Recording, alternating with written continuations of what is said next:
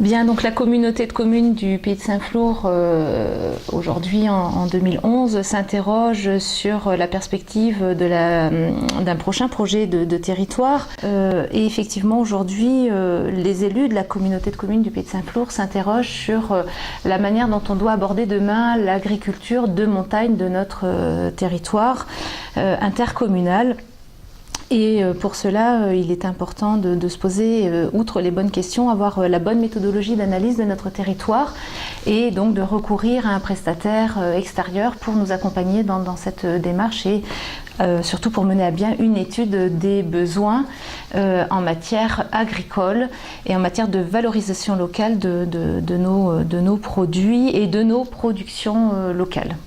L'idée étant de construire cette étude en 4 phases. La première phase nous permettra, dans un premier temps, d'analyser toutes les expériences locales, collectives ou individuelles en matière de diversification agricole. Donc celles existantes, pour évaluer d'ores et déjà et prendre conscience et faire prendre conscience à nos acteurs agricoles de la place qu'occupe aujourd'hui la diversification et faire valoir que ça peut devenir un modèle économique à part entière. La deuxième étape consistera à analyser ces différentes formes de diversification agricole.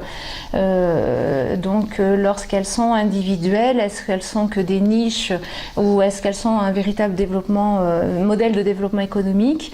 Et on mettra particulièrement l'accent sur les démarches collectives, qu'il s'agisse d'ailleurs de la filière lait ou de la filière viande, et également des filières telles la lentille blonde de la Planaise ou le seigle en margeride.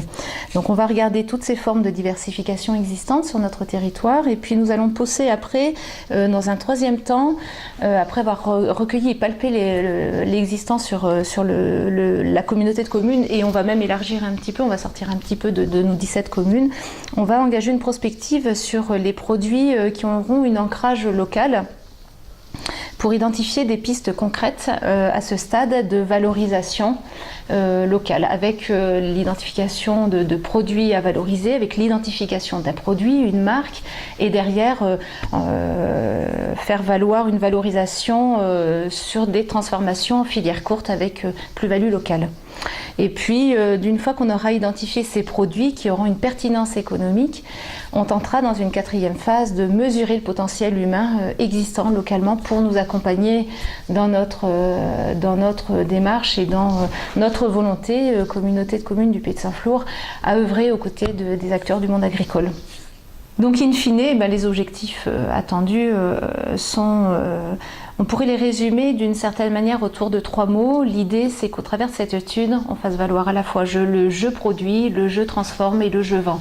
Ça veut dire que quand on parle de je produis, c'est la communauté de communes qui derrière va se positionner avec le monde agricole directement, les agriculteurs. Le je transforme, on va toucher déjà davantage le monde agroalimentaire, donc le tissu économique. Donc on va commencer à tomber sur du partenariat public-privé.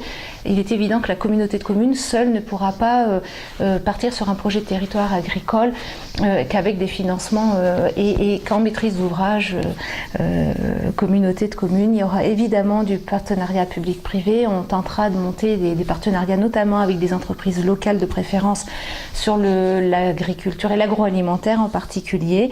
Et puis la 3e accroche, c'est le je vends. Donc je produis, je transforme et je vends, donc toute la commercialisation qui derrière permettra, si on identifie un produit, de savoir le produire localement, le transformer localement et le vendre localement avec une plateforme de commercialisation, une plateforme logistique locale qui permettra donc de favoriser à la fois un développement intégré, économique j'entends, et équilibré de notre territoire. Voilà.